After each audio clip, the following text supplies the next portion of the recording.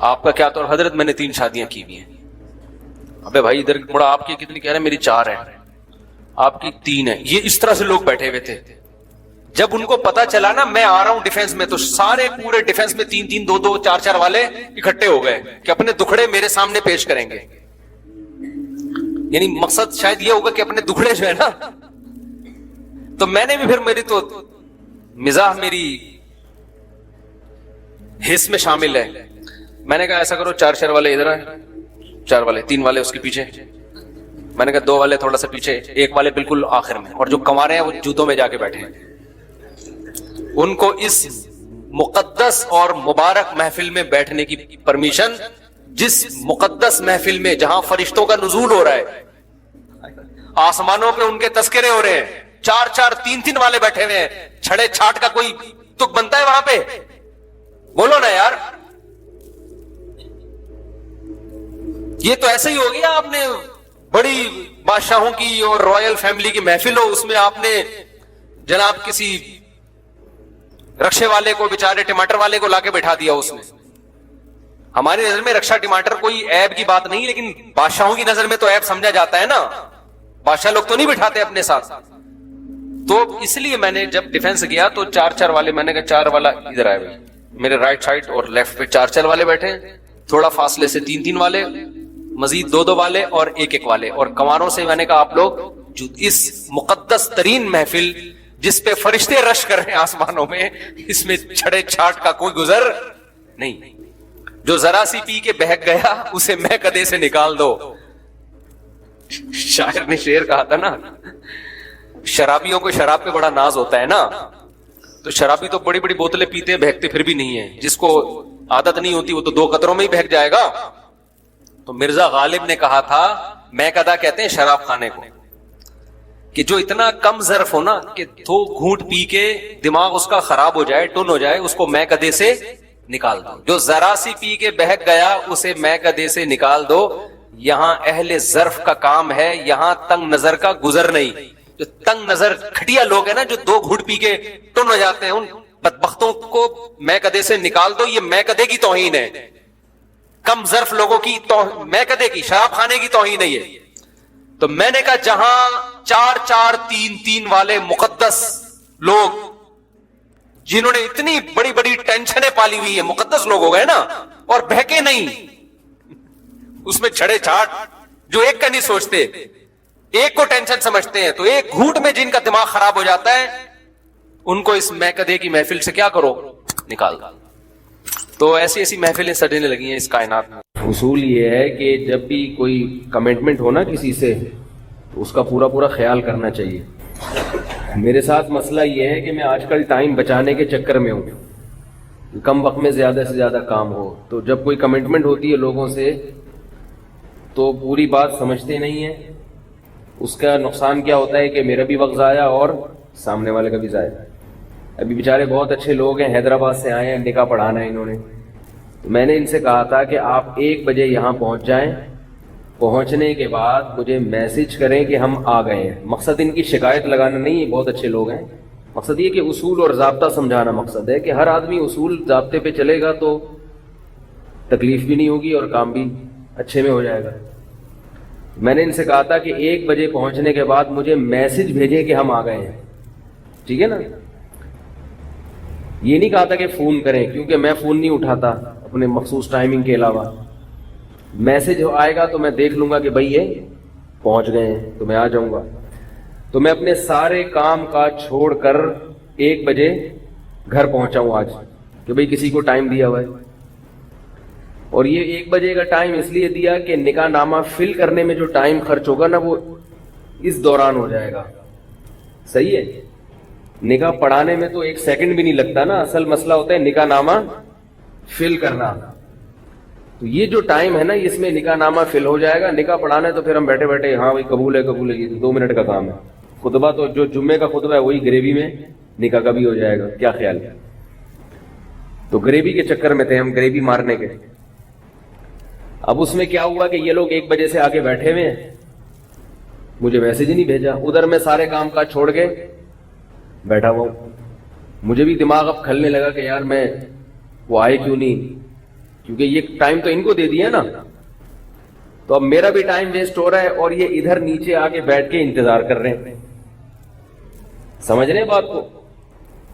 اب جب میں نیچے آیا ہوں تو کہہ رہے ہیں ہم تو آپ کا کافی دیر سے انتظار کر رہے ہیں, اور میں ان سے کہہ رہا ہوں کہ میں اوپر بیٹھ کے آپ کا کافی دیر سے انتظار کر رہا ہوں. تو یہ ان کی بات نہیں ہے, یہ ایک اصول اور ضابطے کی بات ہے کہ ہم من حیث القوم بد نظمی کا شکار ہیں. من حیث القوم یعنی سبھی ہے, میں بھی ایسا ہی ہوں, سب ایسے ہیں. اس چیز کو درست کرنے کی ضرورت ہے. سمجھ رہے ہو کہ نہیں سمجھ رہے بھائی؟ جو بات جس نے کہی ہے اس کا خیال کرنا چاہیے انسان کو, تاکہ نہ میرا ٹائم ویسٹ ہو اور نہ آپ کا ٹائم ویسٹ ہو.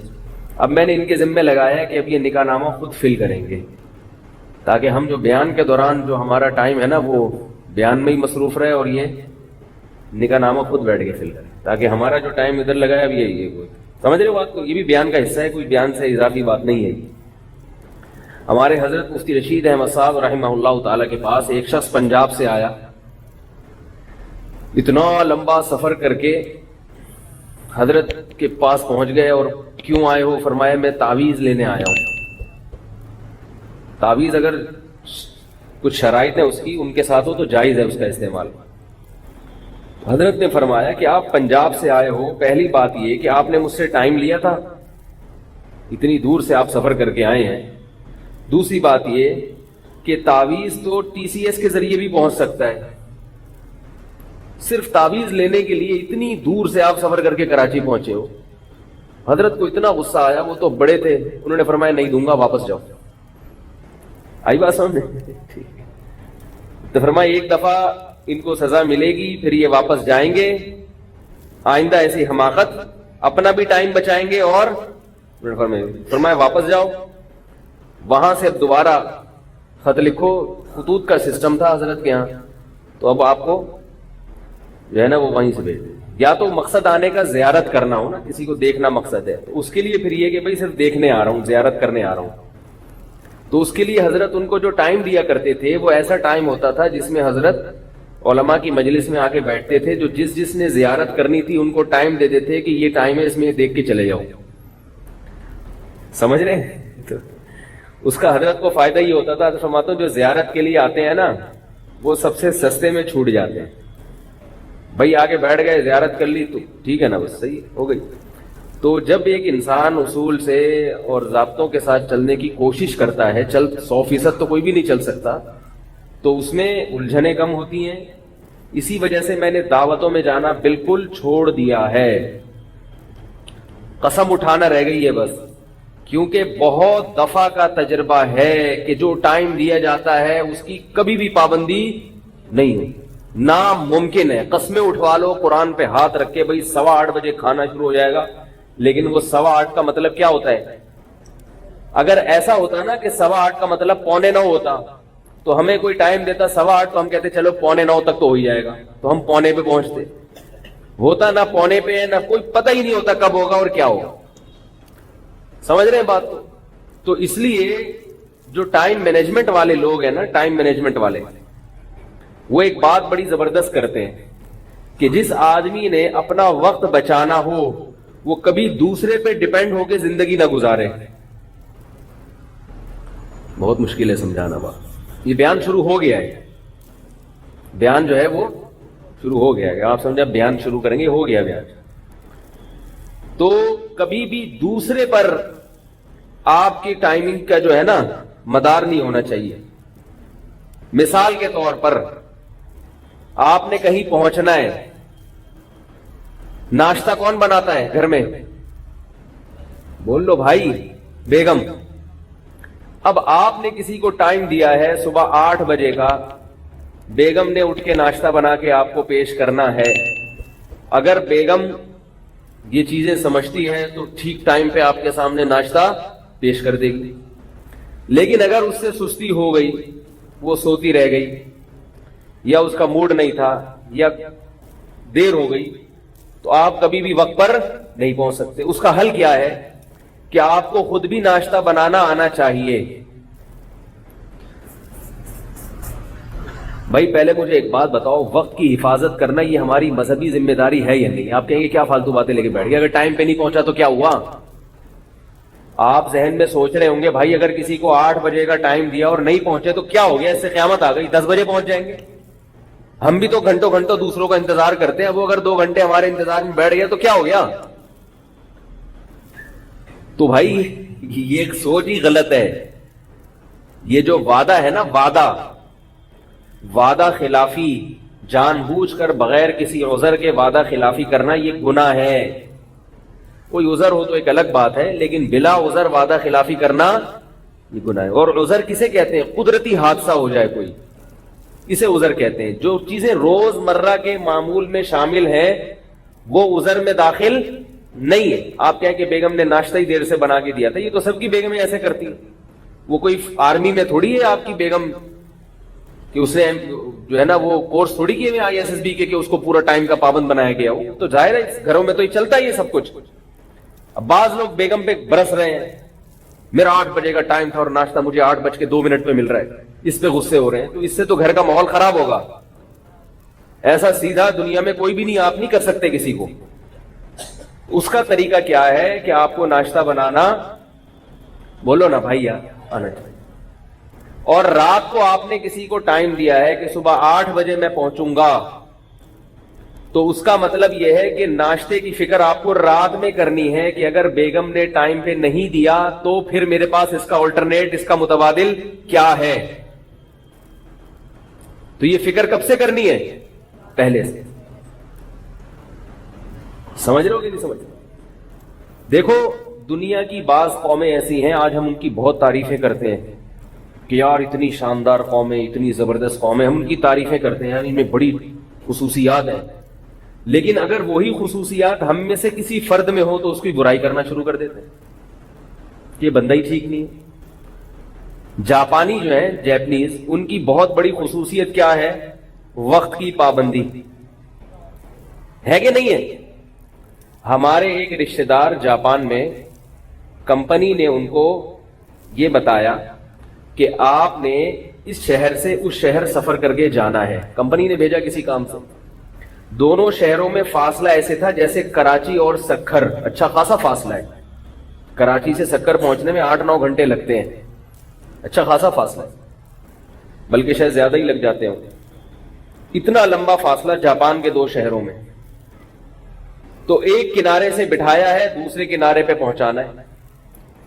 کہتے ہیں کہ میں جب ٹرین میں بیٹھا ہوں تو جو ایگزیکٹ ٹائم تھا ٹرین کے چلنے کا، اتفاق سے ٹرین اسی وقت چل پڑی۔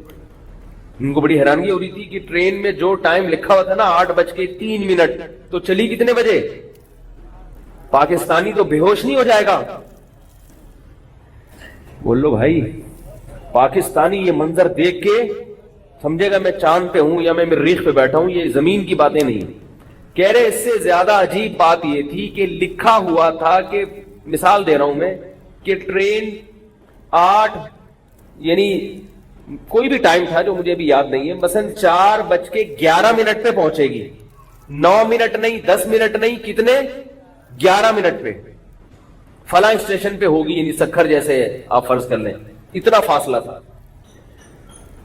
کہہ رہے 11 منٹ پہ، 4:11 پہ آپ کی ونڈو کے سامنے ایک بندہ آپ کے نام کی سلپ لے کے، آپ کے نام کی جو وہ تختی لے کے کھڑا ہوا ہو آپ کی اس ونڈو کے سامنے، یعنی ٹرین کا ڈبہ بھی متعین تھا کہ 4:11 پہ یہ ڈبہ پلیٹ فارم کے اس مقام پہ ہوگا، تو وہ بندہ پہلے سے کھڑا ہوا ہے کہ 4:11 پہ اس نام کا آدمی ونڈو میں بالکل میرے سامنے ہوگا۔ آپ سمجھ رہے ہیں کہ شاید میں غلط قسم کی باتیں کر رہا ہوں آپ کے سامنے؟ بھائی ہم نے تو جو سنا آپ کو بتا دیا، اب وہ چھوڑوں تو ایک الگ بات ہے، اگلا ہی چھوڑ رہا ہوں پھر تو ہماری ذمہ داری نہیں، لیکن ایک آدمی چھوڑتا ہے، 2 چھوڑتے ہیں، ساری قوم تو چھوڑو نہیں ہو سکتی نا۔ بہت لوگوں سے اس قسم کی خبریں سنی، ٹھیک 4:11 پہ گاڑی وہاں رک چکی تھی اور میرے نام کی تختی لے کے بندہ سامنے کھڑا ہوا۔ اب ہم کہتے ہیں واہ کیا سبحان اللہ، کتنی اچھی قوم، کہتے ہیں نا، تعریفیں کرتے ہیں، ماشاء اللہ سبحان اللہ، بھائی بڑا زبردست، بھائی واہ واہ، بھائی واہ۔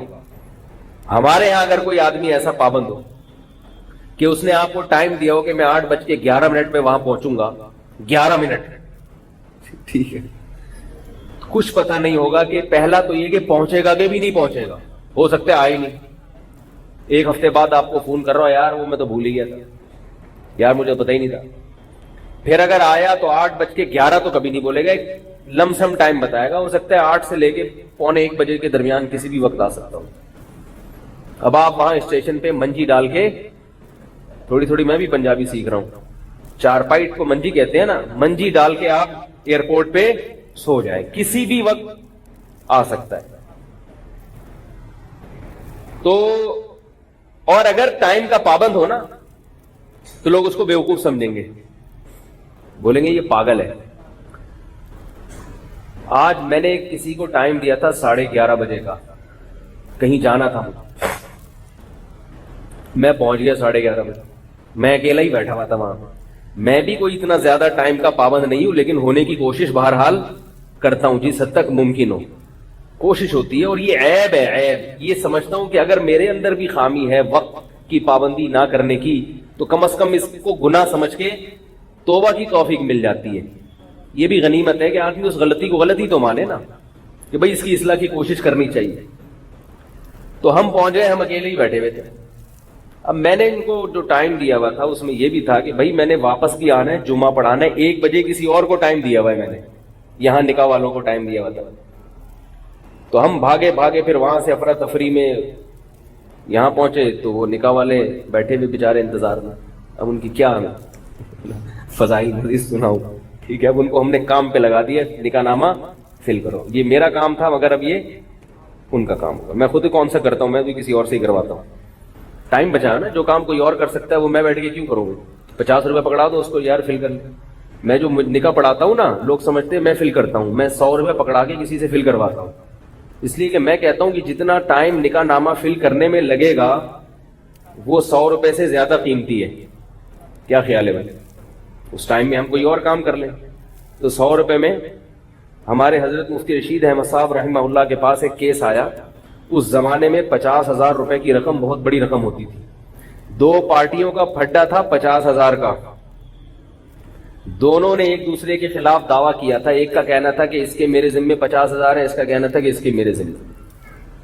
دونوں پارٹیاں آئیں، حضرت کو حکم بنایا، ثالث بنایا. حضرت ان کے پاس بیٹھے. حضرت کو اندازہ ہو گیا کہ کیس بہت لمبا ہے، اس میں ٹائم بہت لگے گا. اور دوسری طرف حضرت ثالث بن بھی چکے تھے. اب جب آپ کسی کے درمیان ثالثی کا کام کرنا شروع کر دیں اور درمیان میں کہا میرے پاس ٹائم نہیں ہے، تو یہ بد اخلاقی کی بات ہے نا. بھائی ٹائم نہیں تھا تو آپ نے ثالث بنے کیوں، حکم بنے کیوں، اب لٹکا کے کیوں چھوڑ رہے ہیں ہمیں. تو اب فیصلہ بھی کرنا تھا ان کو، اور حضرت سمجھتے تھے کہ جلدی میں فیصلہ ہو نہیں سکتا. تو حضرت نے اس کا حل یہ سوچا، فرمایا کہ آپ دونوں کو میں 50، یعنی اس نے اس سے 50,000 روپے لینے ہیں نا، تو فرمایا کہ آپ اس سے نہ لیں، میں آپ کو اپنی جیب سے 50,000 دے دیتا ہوں. بہت مشکل ہے میرا خیال ہے. میں آپ کو اپنی جیب سے 50,000 روپے دے دیتا ہوں اور یہ پھڈا ختم. اس نے کہا کیوں بھائی؟ حضرت نے فرمایا اصل میں میرا جتنا ٹائم لگے گا نا اس کیس کو نمٹانے میں، وہ وقت میری نظر میں 50,000 سے زیادہ قیمتی ہے. سمجھ رہے ہو کہ یہ وہ بہت بڑے لوگ تھے، کہیں میرے بارے میں خوش فہمی میں نہ رہے کہ میں کوئی کیس آئے گا تو 50,000 روپے دے دوں گا آپ کو. ٹھیک ہے نا، 100 روپے اور 50,000 میں فرق. نکاح نامہ جو ہے نا وہ 100 روپے سے زیادہ میں ریٹ نہیں بڑھاتا فل کروانے کے. تو میں جو ہے وہ حضرت نے کیا کہا کہ 50,000 روپے مجھ سے لے لیں اور جائے. اللہ لگا ہمارا بھی ٹائم نے بھی بہت سارے کام کرنے، آپ بھی جاؤ سے کچھ زندگی گزارو. تو ایسا تھا کہ وہ جو بڑے علماء ہوتے ہیں نا، وہ اپنے اوقات کو اتنا زیادہ قیمتی سمجھتے ہیں. ہم تو ویسے نہیں ہیں، لیکن بہرحال جو بڑے حضرات ہیں ان کے اوقات بہت زیادہ قیمتی ہوتے ہیں. اور وہ اتنے بڑے بنتے ہی اس لیے ہیں کہ انہوں نے شروع سے ہی اپنے اوقات کی قدر کو پہچانا ہوتا ہے. یہ ایک اشکال کا جواب دیا میں نے. اشکال یہ ہوگا کہ آپ یہ کہیں گے بھائی وہ تو بڑے لوگ ہیں، ان پر تو یہ چیزیں سوٹ کرتی ہیں، ہماری تو وہ حیثیت نہیں ہے. کیا خیال ہے بھائی؟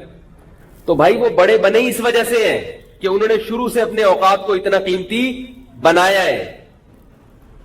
ہمارے حضرت وقت کی حفاظت کی ایک مثال دیا کرتے تھے بڑی زبردست، وہ مثال آپ لوگ بھی نوٹ کر لیں.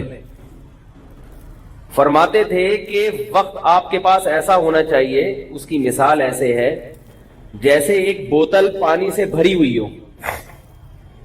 ایک بوتل پانی سے بھری ہوئی، اتنی بھری ہوئی ہے کہ اس میں ایک بلبلہ بھی نہیں آ سکتا ہوا کا.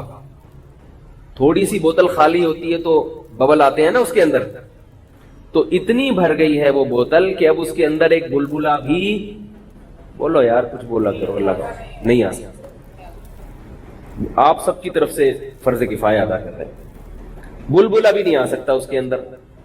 اب فرمایا کہ اگر آپ نے اس میں مزید پانی ڈالنا ہے تو چلا جائے گا، پچھلا والا پانی نکالنا پڑے گا. جب تک پچھلا پانی نہیں نکالو گے اگلا پانی نہیں آ سکتا. تو پچھلا پانی کب نکالو گے؟ جب نئے پانی کی قدر زیادہ ہوگی اور پچھلے والے کی قدر کم ہوگی. تو کہتے تھے کہ ہماری زندگی ایسے ہونی چاہیے کہ ہماری جو بوتل ہے نا 24 گھنٹے کا یہ ٹائم، یہ بوتل ہے، اور اس میں ہم نے جو کام کرنے ہیں وہ پانی کی مثال ہے، اور یہ بوتل ہماری 24 گھنٹے کی بھری ہوئی ہے. ٹائم ہمارے ہر چیز کے متعین ہے. اب اگر کوئی آدمی آپ سے ٹائم مانگتا ہے یا کوئی کام آپ سے ٹائم مانگتا ہے، بعض دفعہ آپ سے ٹائم کوئی بندہ مانگتا ہے نا کہ حضرت مجھے 25 منٹ چاہیے، یا بعض دفعہ کوئی کام آپ سے ٹائم مانگتا ہے. بھائی جیسے ابا کا فون آ گیا، بیٹا ذرا یہاں پہنچو 15 منٹ کے لیے تم سے کام ہے. تو اب یہ تو چلے ابا آپ سے ٹائم مانگ رہے ہیں. کوئی کام کی مثال ایسے ہے کہ آپ کو کوئی جو آپ نے کام کے لیے کوئی ٹائم متعین کیا تھا، اس دوران کوئی اور کام آ گیا آپ کا، اس دوران کوئی اور کام.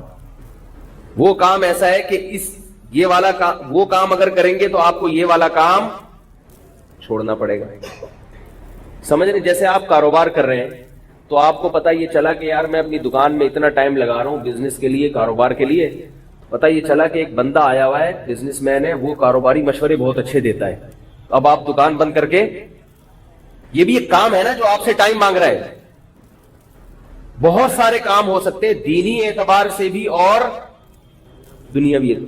اور اس کی آسان مثال کہ آپ کسی اہم کام میں مصروف ہیں اور جنازہ تیار ہے کسی کا، بھی جنازہ پڑھنا ہے. اب آپ نے جو پروگرام بنایا ہوا تھا کہ میں 2 سنتیں پڑھوں گا، اس کے بعد فوراً میں پتلی گلی سے حسب معمول بھاگوں گا. بھائی مسجد میں ایسے ہی ہوتا ہے نا، 2 سنت پڑھو اور فوراً نکلو. تو روز کے معمول کی طرح میں بھاگوں گا اور میں فلاں جگہ پھر چائے پیوں گا یا یہ کروں گا. اچانک کیا آ گیا؟ جنازہ. اب وہ آپ سے ٹائم مانگ رہا ہے کہ نہیں مانگ رہا؟ وہ جو آپ نے کہیں اور ٹائم دینے کا پروگرام تھا، یہ مثالیں ان کی سمجھ میں آئیں گی جن کا پہلے سے کوئی پروگرام بھی ہو. میں بھی حیران ہوں کہ آپ لوگ کو سمجھ میں کیوں نہیں آ رہا. اصل میں جس کا پہلے سے کوئی شیڈول ہو اس کی تو سمجھ میں آئیں گی، شیڈول ہی نہیں ہے تو آپ کہیں گے پتہ نہیں کس قسم کی باتیں کر رہے ہیں مولوی صاحب. بیٹا کوئی شیڈول نہیں ہو. بہت بعض حضرات کو یہ خیال ہو گیا یار اب کیا ٹائم، اس کو ٹائم دینا جنازہ، یہ کیا کیسی باتیں کر رہے ہیں. ہم تو صبح اٹھے، جب آنکھ کھلی تو اٹھ گئے، سوتے سوتے تھک گئے تو کیا اٹھ گئے. اٹھنے کے بعد سوچا اب کیا کریں. کوئی شیڈول میڈول نہیں ہوتا ہمارا. اٹھنے کے بعد سوچا اب کیا کریں، چلو یہ کر لیتے، ناشتہ کر لیتے. اب کیا کریں، چلو دیکھتے ہیں یار کیا کر رہے ہیں. تو مسجد میں بیٹھے ہیں، جنازہ آ گیا تو ٹھیک ہے، جنازہ آ گیا، نہیں آیا تو بھی ٹھیک ہے. تو اگر کوئی پہلے سے ترتیب ہو نا، یہ کرنا ہے وہ کرنا ہے، تو پھر یہ ساری چیزیں انشاءاللہ سمجھ میں آئیں. تو اب کوئی بھی آپ کے پاس کام آیا تو اس کا مطلب ہے کہ بوتل آپ کے پاس پہلے سے کیا ہے؟ بھری ہوئی. تو اب نیا کام جب اس اپنے ٹائم کی بوتل میں ڈالو گے تو پرانے کاموں میں سے ایک کام کا نقصان لازمی ہوگا. اگر نہیں ہو رہا نقصان، اس کا مطلب آپ اپنے وقت کو برباد کر رہے ہیں. یہ علامت ہے اس بات کی کہ آپ اپنے ٹائم کو مینج کر کے اور قیمتی بنا کے زندگی گزار رہے ہیں یا نہیں گزار رہے. جب بھی کوئی نیا کام آئے گا پرانے کام کا نقصان ہونا چاہیے. بات نہیں آ رہی میرا خیال ہے سمجھ. اور اگر نقصان نہیں ہو رہا اس کا مطلب ہے آپ ٹائم کے پابند تو ایک پابندی ایک الگ چیز ہے. آپ اپنے ٹائم کو ضائع کر رہے ہیں کیونکہ کوئی نئی چیز آ رہی ہے, پرانی چیز آ رہی ہے. بوتل خالی ہو تو جتنا پانی ڈال دو, پرانا پانی نکالنا ہی نہیں پڑے گا اس میں سے. اب رہا یہ مسئلہ کہ جب نیا کام آپ کی زندگی میں آیا یا اس بوتل میں آیا تو پرانے والے کو نکالا جائے گا یا نہیں نکالا جائے گا؟ نہیں نکالا جائے گا. یہ کہہ رہے ہیں نکالا جائے گا, ضروری نہیں ہے. دیکھا جائے گا کہ نیا والا زیادہ اہم ہے یا پرانا والا. سمجھ رہے ہیں بھائی؟ نیا والا زیادہ اہم ہے یا پرانا والا. اور اس میں یہ بھی دیکھا جاتا ہے کہ پرانا والا اہم تو زیادہ ہے مگر اس کے لیے ٹائم فکس نہیں ہے, وہ کل بھی ہو سکتا ہے. نیا کام جو ابھی آیا ہے یہ اگرچہ بہت زیادہ اہم نہیں ہے مگر اس کا ٹائم نکل جائے گا. اب آپ نے غفار بھائی کو ٹائم دیا ہوا ہے انڈا موڑ کے ہوٹل پہ ملنے کا. آپ نے کہا کہ ٹھیک 3:06 پہ, جاپانیوں کی طرح نا, ٹھیک 3:06 پہ میں چائے کے ہوٹل پہ آپ سے ملوں گا کیونکہ میں ٹائم کا بہت پابند ہوں. میں نے جاپانیوں کی خبریں سنی ہیں اور مجھے اچھا لگا, تو میں بھی چاہتا ہوں, اور شریعت کا تو ویسے ہی حکم ہے, تو میں بھی چاہتا ہوں کہ ایسا پابند بن جاؤں. این 3:05 پر جنازہ تیار ہے غفار بھائی کا. اللہ غفار بھائی کو بھائی جو بھی ہیں آپ کو زندگی دے, آپ کے علاوہ کوئی اور مثال دے رہا ہوں. اب مسئلہ کیا ہے, اب آپ اگر جنازے کی نماز پڑھیں گے تو وہ جو 3:06 والا ٹائم ہے اس میں گڑبڑ ہوگی کہ نہیں ہوگی؟ کیا خیال ہے؟ اب آپ نے کیا کرنا ہے, یہاں یہ دیکھنا ہے کہ یہ زیادہ اہم ہے یا وہ. تو اگر غفار بھائی آپ کے قریبی رشتے دار ہیں پھر تو یقیناً یہی زیادہ اہم ہے کیونکہ جنازہ پڑھنا یہ زیادہ اہم ہے. تو آپ ایسے موقع پہ ستار بھائی کو کال کریں گے, بھائی ایک ایمرجنسی ہو گئی ہے, میں نے یہ کال کرنا بھی فرض ہے آپ کے اوپر. اگر آپ نہیں کریں گے تو گناہگار ہوں گے کیونکہ اگلے کو جو کوفت ہوگی نا وہاں انتظار کی, اس کوفت کا گناہ کس کو ہوگا؟ آپ کو ہوگا, اور اس کا قیامت کے دن آپ کو جواب دینا پڑے گا. صرف سوری کر لینا کافی نہیں ہے. جتنا ٹائم سوری میں لگتا تھا اتنے ٹائم میسج بھیجنے میں کیوں نہیں خرچ کر دیا بھائی؟ پہلے لوگوں نے ایک سوری کو ایسا ہلکا لفظ بنا لیا ہے, ذرا سا جو بھی ہو سوری, تھپڑ مار دو سوری, کچھ بھی کر لو سوری, بہنوں کی وراثت کھا لو آخر میں سوری کر لو. 1 کروڑ کی وراثتیں کھا کے بیٹھے ہوئے, مرنے سے حج پہ جانے سے پہلے کہتے جو کہا سنا سب معاف. ہوتا ہے کہ نہیں ہوتا؟ لوگ کیا کر رہے ہیں آج کل, جو مارکیٹ میں چل رہا ہے نا, ابا کا انتقال ہوا, بہن کو وراثت نہیں دی, ہڑپ کر کے بیٹھ گئے.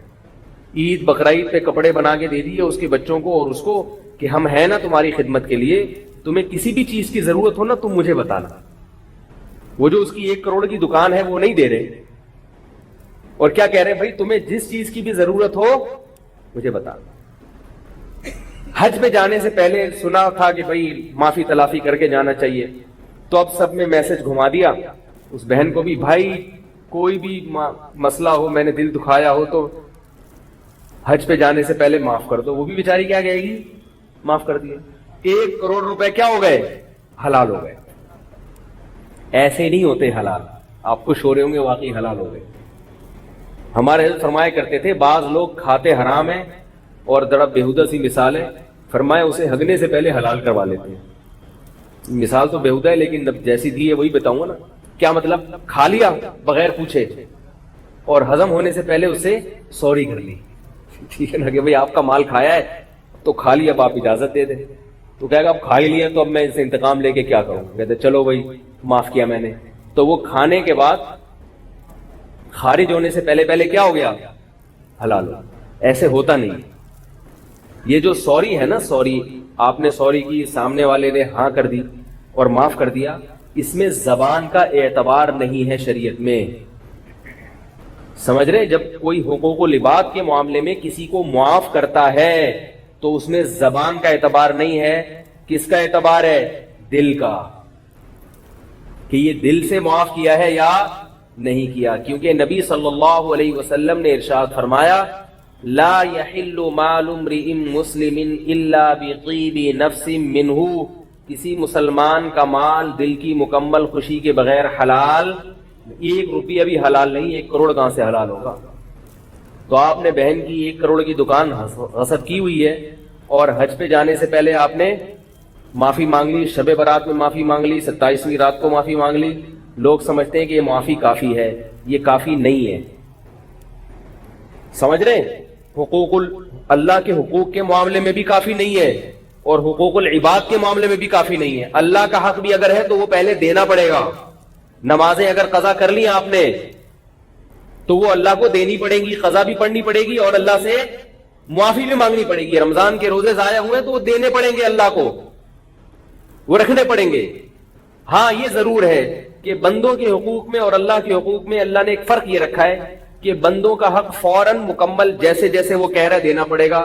اللہ نے اللہ کے حق کے بارے میں کیا ہے کہ نمازیں 10-20 سال کی ہیں تو ایک دن میں پڑھنا ضروری نہیں ہے. 10 سال کی نمازیں 10 سال پہ ڈیوائڈ کر دیں اسے. سمجھ رہے کہ نہیں؟ کیوں نہیں سمجھ رہے بھائی؟